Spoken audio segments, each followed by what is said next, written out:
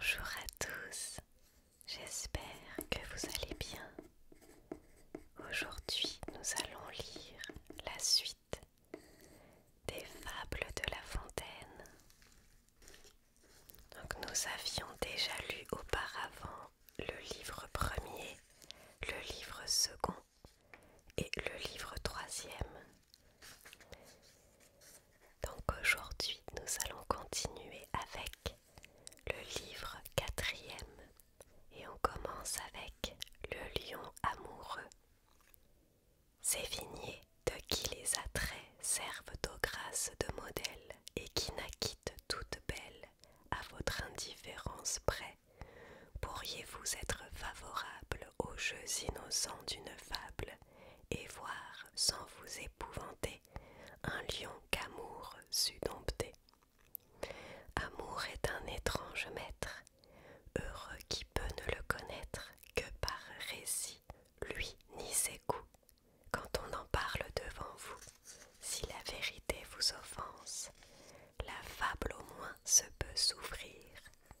Celle-ci prend bien l'assurance de venir à vos pieds s'offrir par zèle et par reconnaissance. Du temps que les bêtes parlaient, les lions entre autres voulaient être admis dans notre alliance. Pourquoi non, puisque leur engeance valait la nôtre en ce temps-là, ayant courage, intelligence et belle hure outre cela. Voici comment il en alla. Un lion de haut parentage, en passant par un certain pré, rencontra bergère à son gré. Il la demanda en mariage. Le père aurait fort souhaité quelque gendre un peu moins terrible. La donner lui semblait bien dure, la refuser n'était pas sûr. Même un refus eût fait possible qu'on eût vu quelque beau matin un mariage clandestin. Car outre qu'en toute manière la belle était pour les gens fiers, fille se coiffe volontiers d'amoureux à longue crinière. Le père donc ouvertement, n'osant renvoyer notre amant, lui dit: ma fille est délicate, vos griffes la pourront blesser quand vous voudrez la caresser. Permettez donc qu'à chaque patte on vous les rogne, et pour les dents qu'on vous les lime en même temps. Vos baisers en seront moins rudes, et pour vous plus délicieux, car ma fille répondra mieux, étant sans ses inquiétudes. Le lion consent à cela, tant son âme était aveuglée. Sans dents ni griffes, le voilà, comme place démantelée. On lâcha sur lui quelques chiens. Il fit fort peu de résistance. Amour, amour, quand tu nous tiens, on peut bien dire adieu prudence. Le berger et la mère. Du rapport d'un troupeau dont il vivait sans soin, se contenta longtemps un voisin d'Amphitrite. Si sa fortune était petite, elle était sûre tout au moins. À la fin, les trésors déchargés sur la plage le tentèrent si bien qu'il vendit son troupeau, trafiqua de l'argent, le mit entier sur l'eau. Cet argent périt par naufrage. Son maître fut réduit à garder les brebis. Non plus berger en chef comme il était jadis, quand ses propres moutons paissaient sur le rivage. Celui qui s'était vu Coridon ou Tircis fut Pierrot et rien davantage. Au bout de quelque temps, il fit quelques profits, racheta des bêtes à laine, et comme un jour les vents, retenant leur haleine, laissaient paisiblement aborder les vaisseaux. Vous voulez de l'argent, ô mesdames les eaux, dit-il, adressez-vous, je vous prie, à quelque autre. Ma foi, vous n'aurez pas le nôtre. Ceci n'est pas un conte à plaisir inventé. Je me sers de la vérité pour montrer par expérience qu'un sou, quand il est assuré, vaut mieux que 5 en espérance. Qu'il faut se contenter de sa condition, qu'au conseil de la mère et de l'ambition, nous devons fermer les oreilles. Pour un qui s'en louera, ils s'en plaindront. La mer promet monts et merveilles. Fiez-vous-y, les vents et les voleurs viendront. La mouche et la fourmi. La mouche et la fourmi contestaient de leur prix. Ô Jupiter, dit la première, faut-il que l'amour-propre aveugle les esprits d'une si terrible manière qu'un vil et rampant animal à la fille de l'air ose se dire égal? Je hante les palais, je m'assieds à ta table. Si l'on t'immole un bœuf, j'en goûte devant toi, pendant que celle-ci, chétive et misérable, vit 3 jours d'un fétu qu'elle a traîné chez soi. Mais ma mignonne, dites-moi, vous campez-vous jamais sur la tête d'un roi, d'un empereur ou d'une belle? Je rehausse d'un teint la blancheur naturelle et la dernière main que met à sa beauté une femme allant en conquête. C'est un ajustement des mouches emprunté. Puis allez-moi rompre la tête. De vos greniers, avez-vous dit, lui répliqua la ménagère. Vous hantez les palais, mais on vous y maudit. Et quant à goûter la première de ce concert devant les dieux, croyez-vous qu'il en vaille mieux? Si vous entrez partout, aussi font les profanes, sur la tête des rois et sur celle des ânes, vous allez vous planter, je n'en disconviens pas, et je sais que d'un prompt trépas, cette importunité bien souvent est punie. Certain ajustement, dites-vous, rend joli, j'en conviens, il est noir, ainsi que vous et moi. Je veux qu'il ait nom mouche. Est-ce un sujet pourquoi vous fassiez sonner vos mérites? Nomme-t-on pas aussi mouche les parasites? Cessez donc de tenir un langage si vain, n'ayez plus ces hautes pensées. Les mouches de cour sont chassées, les mouchards sont pendus, et vous mourrez de faim, de froid, de langueur, de misère. Quand Phébus régnera sur un autre hémisphère, alors je jouirai du fruit de mes travaux, je n'irai par mont ni par vaux m'exposer au vent, à la pluie. Je vivrai sans mélancolie, le soin que j'aurai pris de soin m'exemptera. Je vous enseignerai par là ce que c'est qu'une fausse ou véritable gloire. Adieu, je perds le temps, laissez-moi travailler. Ni mon grenier, ni mon armoire ne se remplit à babiller. Le jardinier est son seigneur. Un amateur du jardinage, demi-bourgeois, demi-manant, possédait en certains villages un jardin assez propre et le clos attenant. Il avait de plans vifs fermés et étendus. Là croissaient à plaisir l'oseille et la laitue. De quoi faire à Margot pour sa fête un bouquet, peu de jasmin d'Espagne et force serpolet. Cette félicité par un lièvre troublé fit qu'au seigneur du bourg notre homme se plaignit. Ce maudit animal vient prendre sa goulée, soir et matin, dit-il, et des pièges se rit. Les pierres, les bâtons y perdent leur crédit. Il est sorcier, je crois. Sorcier, je l'en défie, repartit le seigneur, fût-il diable Miro, en dépit de ses tours, l'attrapera bientôt. Je vous en déferai, bonhomme sur ma vie, et quand, et dès demain sans tarder plus longtemps. La partie ainsi faite, il vient avec ses gens, cependant on fricasse, on se rue en cuisine. De quand sont vos jambons? Ils ont fort bonne mine. Monsieur, ils sont à vous, vraiment, dit le seigneur, je les reçois et de bon cœur.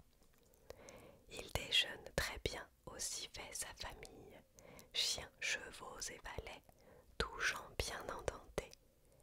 Il commande chez l'hôte, y prend des libertés, boit son vin, entretient sa fille.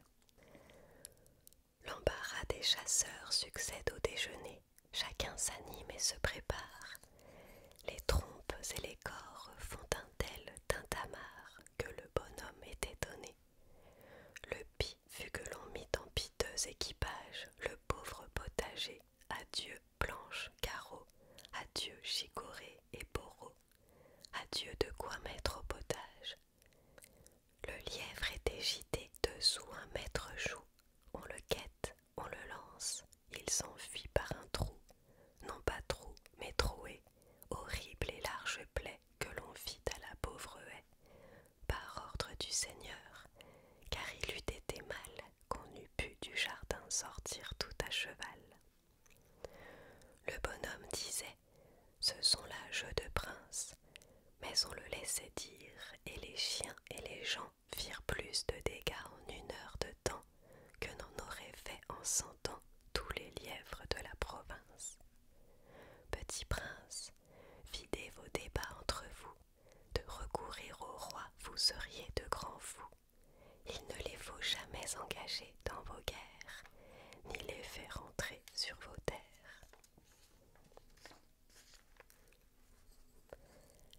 L'âne et le petit chien. Ne forçons point notre talent, nous ne ferions rien avec grâce. Jamais un lourdeau, quoi qu'il fasse, ne saurait passer pour galant. Peu de gens que le ciel chérit et gratifie ont le don d'agréer un fût avec la vie. C'est un point qu'il leur faut laisser et ne pas ressembler à l'âne de la fable, qui pour se rendre plus aimable et plus cher à son maître alla le caresser. Comment, disait-il en son âme, ce chien, parce qu'il est mignon, vivra de pair à compagnon avec monsieur, avec madame, et j'aurai des coups de bâton. Que fait-il? Il donne la patte, puis aussitôt il est baisé. S'il en faut faire autant afin que l'on me flatte, cela n'est pas bien malaisé. Dans cette admirable pensée, voyant son maître en joie, il s'en vient lourdement, lève une corne toute usée, la lui porte au menton fort amoureusement, non sans accompagner, pour plus grand ornement, de son chant gracieux cette action hardie. Oh, oh, quelle caresse et quelle mélodie, dit le maître aussitôt. Oh là, Martin Bâton. Martin Bâton accourt, l'âne change de ton, ainsi finit la comédie.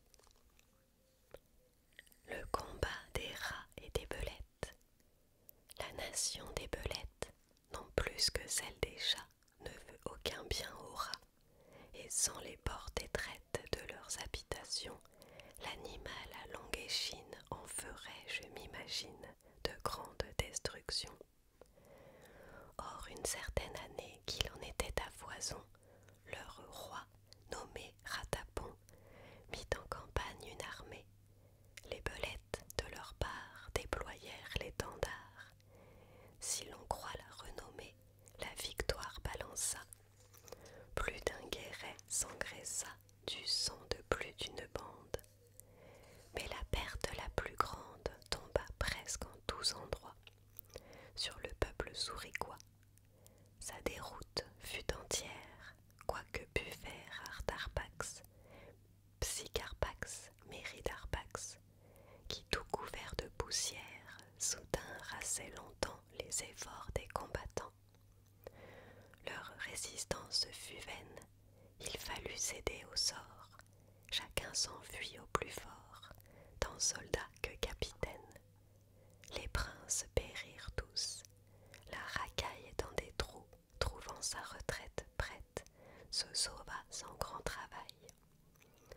Mais les seigneurs sur leur tête, ayant chacun un plumail, des cornes ou des aigrettes, soit comme marque d'honneur, soit afin que les belettes en conçussent plus de peur. Cela causa leur malheur. Trou, ni fente, ni crevasse ne fut large assez pour eux. Au lieu que la populace entrait dans les moindres creux, la principale jonchée fut donc des principaux rats. Une tête empanachée n'est pas petit embarras,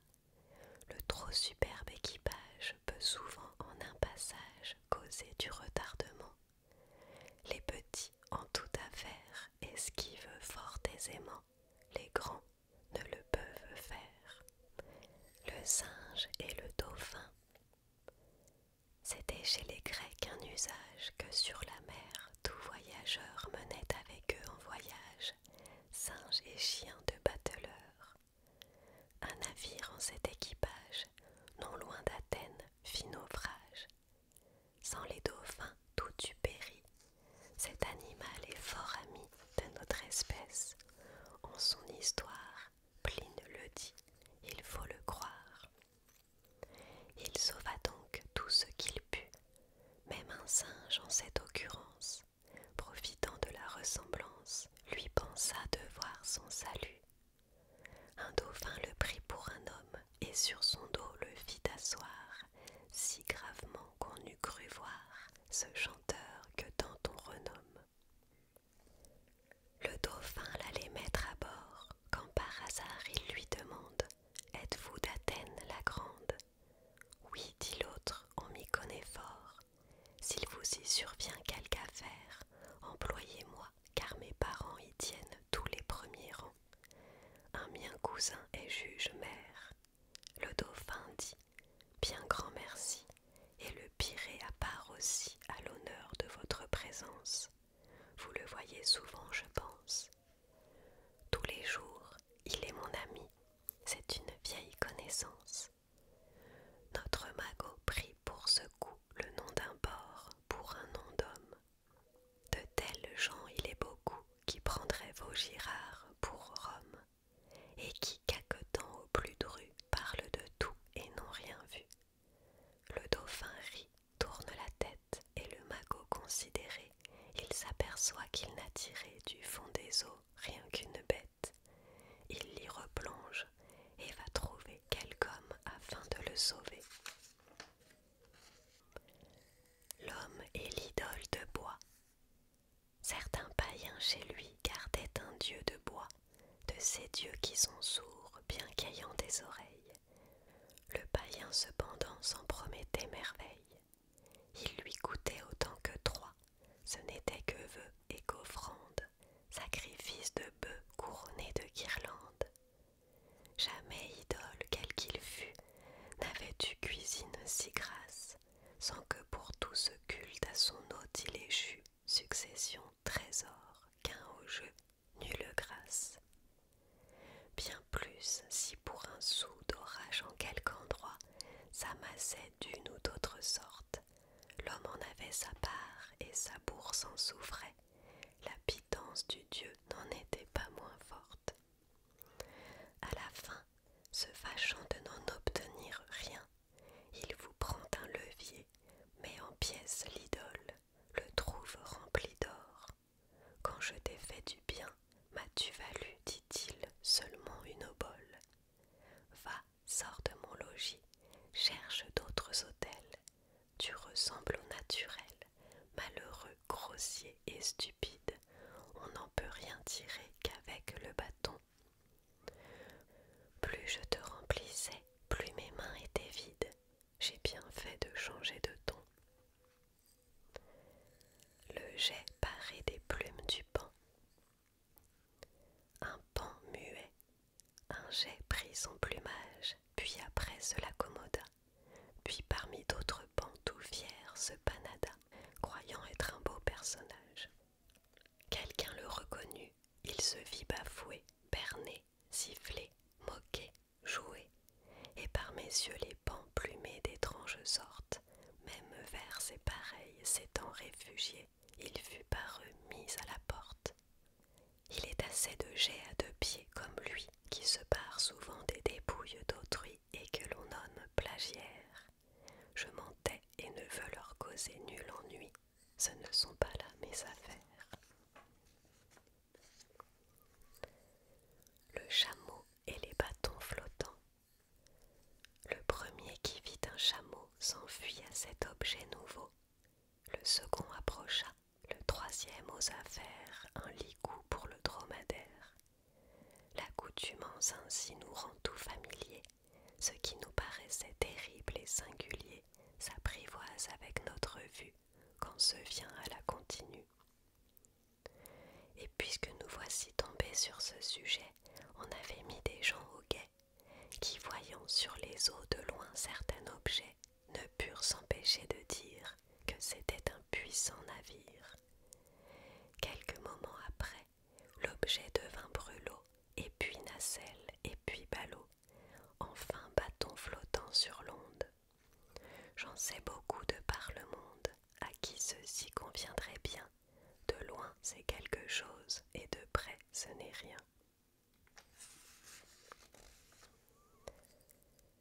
La grenouille et le rat.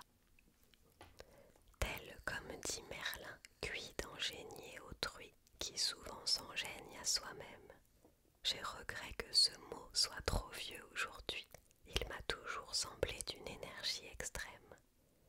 Mais afin d'en venir au dessein que j'ai pris, un rat plein d'embonpoint, gras et des mieux nourris, et qui ne connaissait l'avant ni le carême, sur le bord d'un marais égayait ses esprits.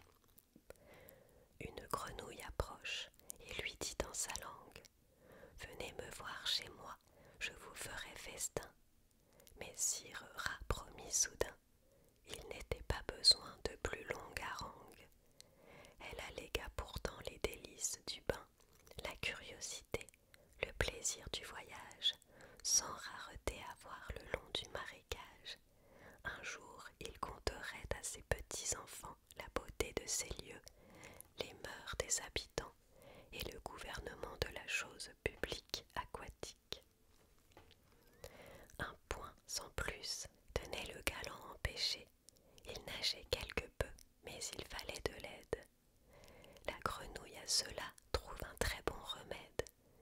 Le rat fut à son pied par la patte attaché, un brin de jonc en fit l'affaire. Dans le marais entré, notre bonne commère s'efforce de tirer son hôte au fond de l'eau.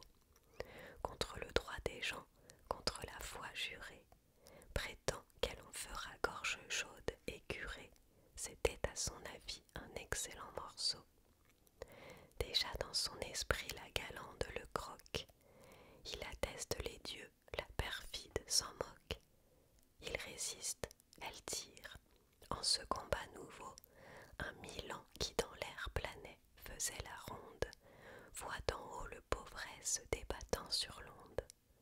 Ils font dessus, l'enlèvent, et par même moyen la grenouille et le lien. Tout en vue tentait si bien que de cette double proie l'oiseau se donne au cœur joie, ayant de cette façon assoupé chair et poisson. La ruse la mieux ourdie peut nuire à son inventeur, et souvent la perfidie retourne sur son auteur. Tribut envoyée par les animaux à Alexandre. Une fable avait cours parmi l'Antiquité, et la raison ne m'en est pas connue. Que le lecteur en tire une moralité, voici la fable toute nue. La renommée ayant dit en 100 lieues qu'un fils de Jupiter, un certain Alexandre, ne voulant rien laisser de libre sous les cieux, commandait que sans plus attendre, tout peuple à ses pieds s'alla rendre, quadrupèdes, humains, éléphants, vermisseaux, les républiques des oiseaux, la déesse aux 100 bouches, dis-je, ayant mis partout la terreur, en publiant l'édit du nouvel empereur, les animaux et toute espèce lige, de son seul appétit, crurent que cette fois il fallait subir d'autres lois. On s'assemble au désert, tous quittent leur tanière. Après divers avis, on résout, on conclut d'envoyer hommage et tribut. Pour l'hommage et pour la manière, le singe en fut chargé. L'on lui mit par écrit ce que l'on voulait qu'il fût dit. Le seul tribut les tint en peine, car que donner, il fallait de l'argent. On en prit d'un prince obligeant qui, possédant dans son domaine des mines d'or, fournit ce qu'on voulut. Comme il fut question de porter ce tribut, le mulet et l'âne s'offrirent, assistés du cheval ainsi que du chameau. Tous quatre en chemin ils se mirent, avec le singe, ambassadeur nouveau. La caravane enfin rencontre en un passage Monseigneur le lion. Cela ne leur plut point, nous nous rencontrons tout à point. voici compagnon de voyage. J'allais offrir mon fait à part, mais bien qu'il soit léger, tout fardeau m'embarrasse. Obligez-moi de me faire la grâce que d'emporter chacun un quart. Ce ne vous sera pas une charge trop grande, et j'en serai plus libre et bien plus en état, en cas que les voleurs attaquent notre bande et que l'on en vienne au combat. Et conduire un lion rarement se pratique. Le voilà donc admis, soulagé, bien reçu, et malgré le héros de Jupiter issu, faisant chair et vivant sur la bourse publique. Ils arrivèrent dans un pré tout bordé de ruisseaux, de fleurs tout diaprées, où maint mouton cherchait sa vie, séjour du frais, véritable patrie des zéphyrs. Le lion n'y fut pas qu'à ces gens il se plaignit d'être malade. Continuez votre ambassade, dit-il, je sens un feu qui me brûle au-dedans et veux chercher ici quelque herbe salutaire. Pour vous, ne perdez point de temps, rendez-moi mon argent, j'en puis avoir affaire.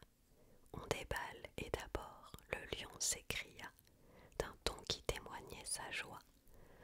Que de filles, ô Dieu, mes pièces de Beaunois ont produites. Voyez, la plupart sont déjà aussi grandes que leur mère. Le croix m'en appartient, il prit tout là-dessus, ou bien s'il ne prit tout, il n'en demeura guère. Le singe et les sommiers confus, sans oser répliquer, en chemin se remirent. Au fils de Jupiter, on dit qu'ils se plaignirent et n'en eurent point de raison. Qu'eût-il fait?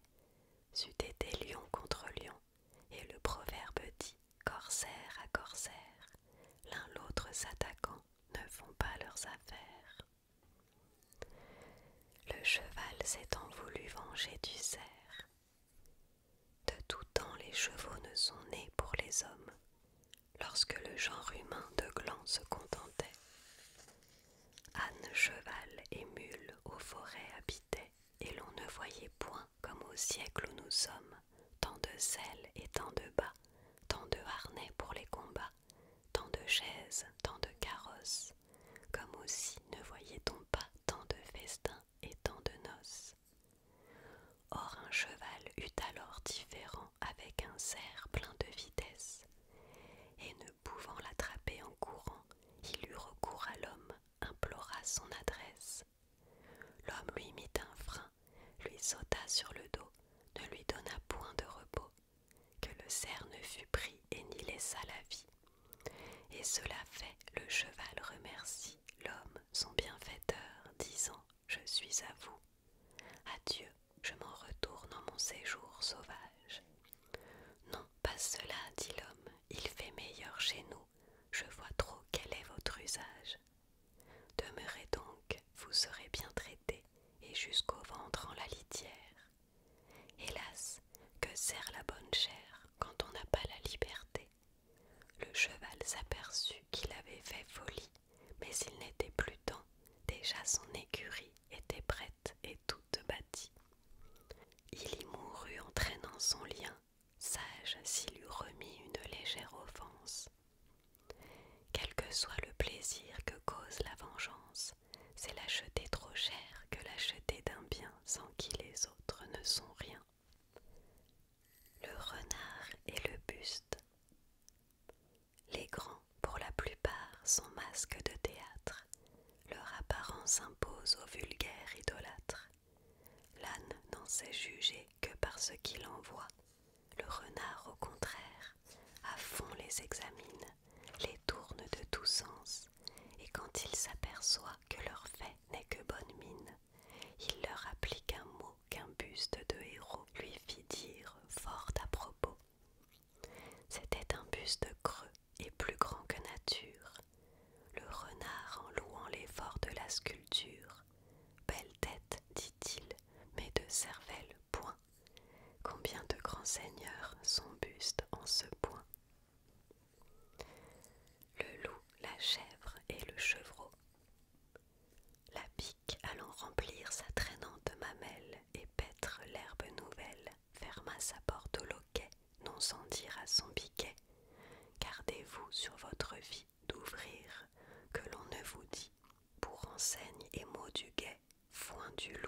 sa race. Comme elle disait ces mots, le loup de fortune passe. Il les recueille à propos et les garde en sa mémoire. La bique, comme on peut croire, n'avait pas vu le glouton. Dès qu'il la voit partie, il contrefait son ton, et d'une voix papelarde, il demande qu'on ouvre en disant « Foin de loup », et croyant entrer tout d'un coup. Le biquet, soupçonneux par la fente, regarde. « Montrez-moi patte blanche ou je n'ouvrirai point », s'écria-t-il d'abord. Patte blanche est un point chez les loups comme on sait rarement en usage. Celui-ci, fort surpris d'entendre ce langage, comme il était venu, s'en retourna chez soi. On serait le biquet s'il eût ajouté foi au mot du guet que de fortune notre loup avait entendu. Deux sûretés valent mieux qu'une, et le trop en cela ne fut jamais perdu. Le loup, la mère et l'enfant. Ce loup me remet en mémoire un de ses compagnons qui fut encore mieux pris. Il y périt, voici l'histoire. Un villageois avait à l'écart son logis. Messer Loup attendait chape chute à la porte. Il avait vu sortir gibier de toutes sortes, veaux de lait, agneaux et brebis, régiment de dindons, enfin bonne provende. Le larron commençait pourtant à s'ennuyer. Il entend un enfant crier. La mère aussitôt le gourmande, le menace s'il ne se tait, de le donner au loup.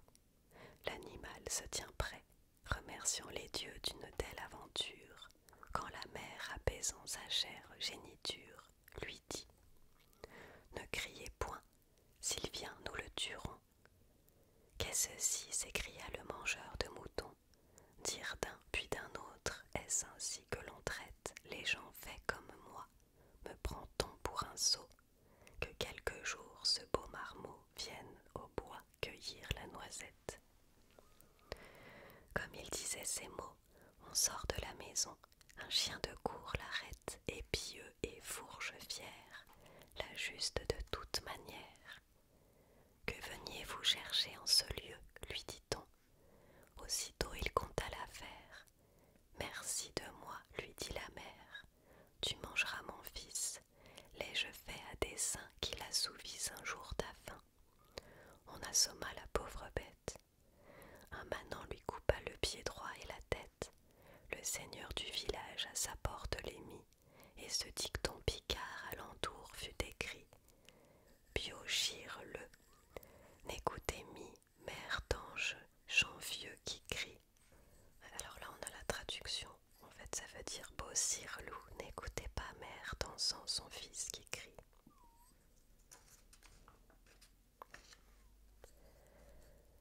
Parole de Socrate. Socrate un jour faisant bâtir, chacun censurait son ouvrage. L'un trouvait les dedans, pour ne lui point mentir, indigne d'un tel personnage.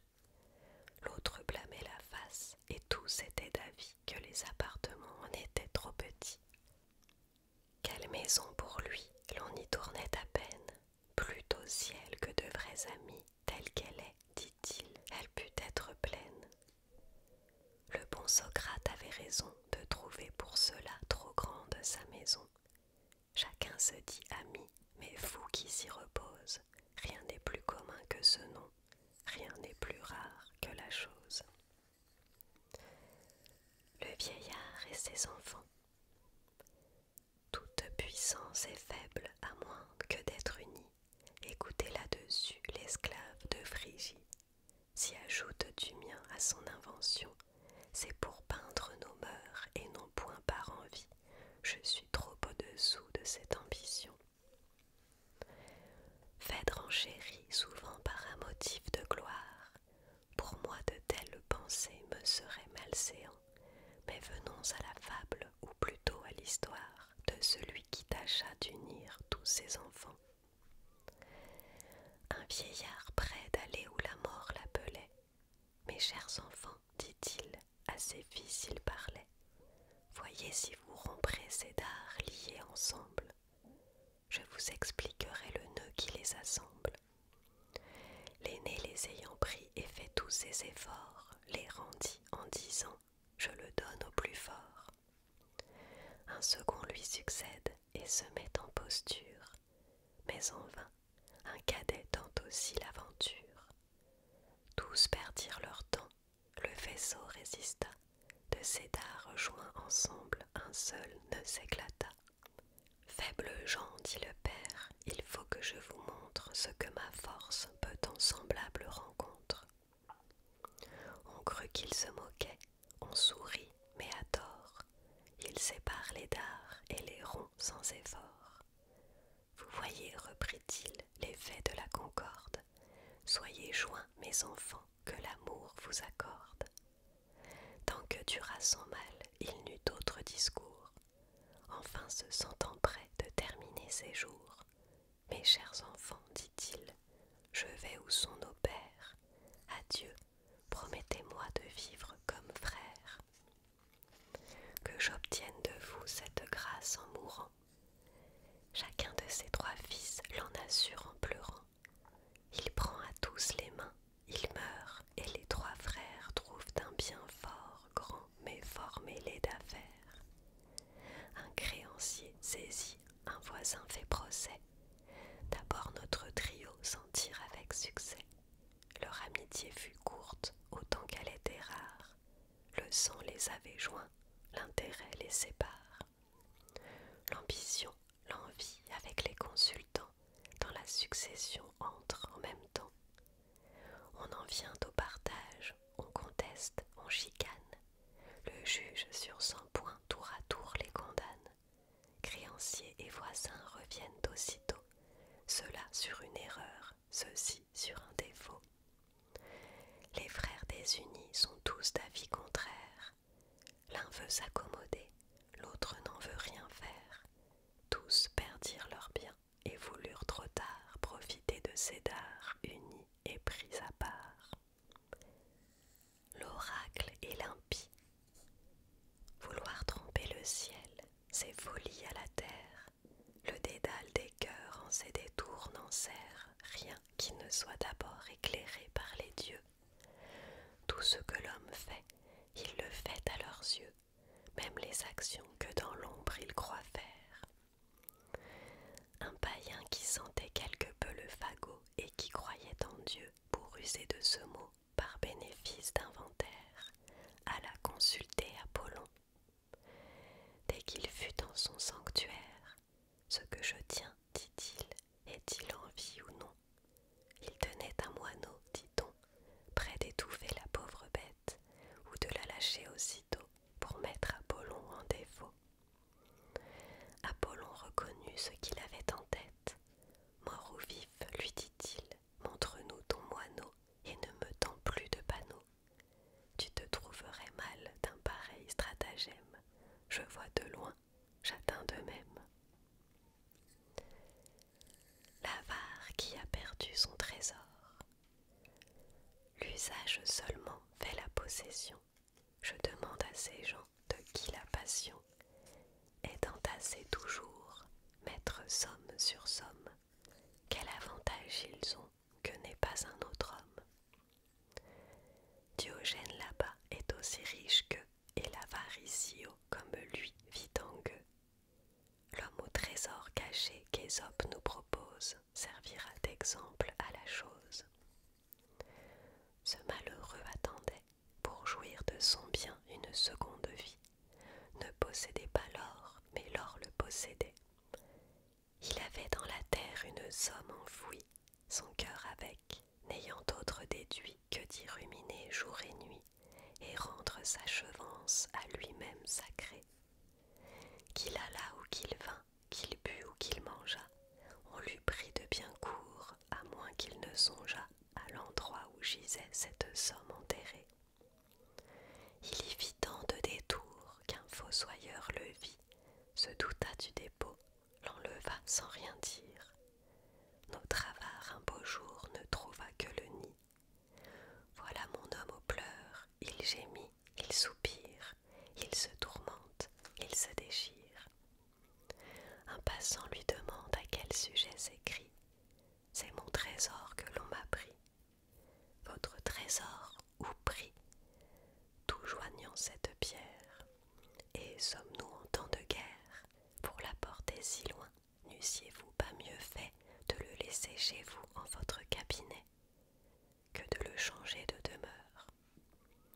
Vous auriez pu sans peine y puiser à toute heure. À toute heure, bon Dieu, ne tient-il qu'à cela? L'argent vient-il comme il s'en va? Je n'y touchai jamais.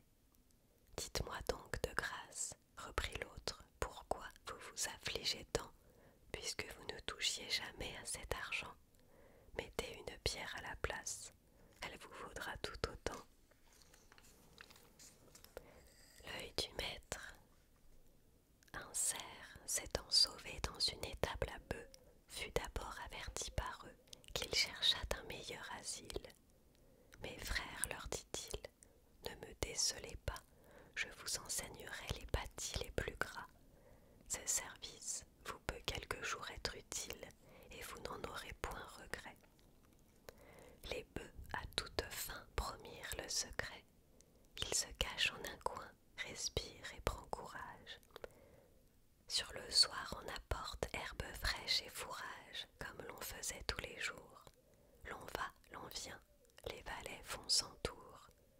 L'intendant même, et pas un d'aventure, n'aperçut ni corps, ni ramure, ni cerf enfin. L'habitant des forêts rend déjà grâce aux bœufs, attendant cette étable que chacun retournant au travail de Cérès.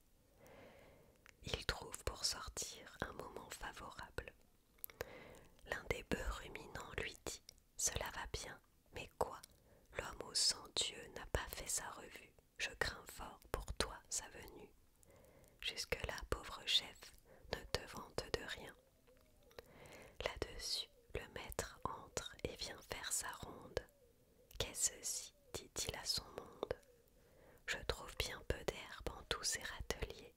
Cette litière est vieille, allez vite au grenier.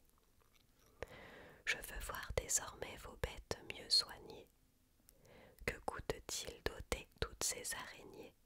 Ne saurait-on ranger ses jougs et ses colliers? En regardant à tout, il voit une autre tête que celle qu'il voyait d'ordinaire en ce lieu. Le cerf est reconnu, chacun prend un épieu, chacun donne un coup à la bête. Ses larmes ne sauraient la sauver du trépas. On l'emporte, on la sale, on en fait maint repas, dont maint voisin s'éjouit d'être. Phèdre sur ce sujet dit fort élégamment, il n'est pour voir que l'œil du maître. Quant à moi, j'y mettrai encore l'œil de l'amant.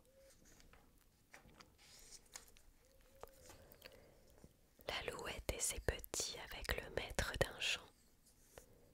Ne t'attends qu'à toi seul, c'est un commun proverbe. Voici comme Ésope le mit en crédit. Les alouettes font leur nid dans les blés quand ils sont en herbe, c'est-à-dire environ le temps que tout aime et que tout pullule dans le monde. Monstres marins au fond de l'onde, tigres dans les forêts, alouettes aux champs, une pourtant de ces dernières avait laissé passer la moitié d'un printemps sans goûter le plaisir des amours printanières. À toute force enfin elle se résolut d'imiter la nature et d'être mère encore. Elle bâtit un nid, pond, couve et fait éclore. À la hâte, le tout alla du mieux qu'il put. Les blés d'alentour mûrent avant que la nidée se trouvât assez forte encore pour voler et prendre l'essor. De 1000 soins divers l'alouette agitée s'en va chercher pâture, avertit ses enfants d'être toujours au guet et faire sentinelle. Si le possesseur de ces champs vient avec son fils comme il viendra, dit-elle, écoutez bien, selon ce qu'il dira, chacun de nous décampera. Sitôt que l'alouette eut quitté sa famille, le possesseur du champ vient avec son fils. Ces blés sont mûrs, dit-il, allez chez nos amis les prier que chacun, apportant sa faucille, nous vienne aider demain dès la pointe du jour. Notre alouette de retour trouve en alarme sa couvée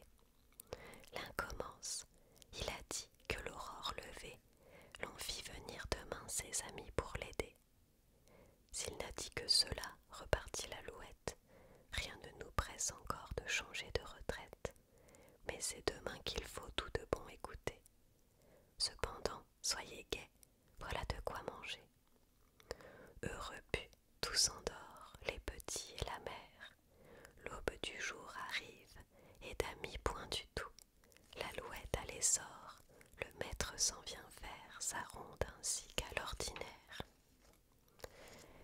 Ces blés ne devraient pas, dit-il, être debout.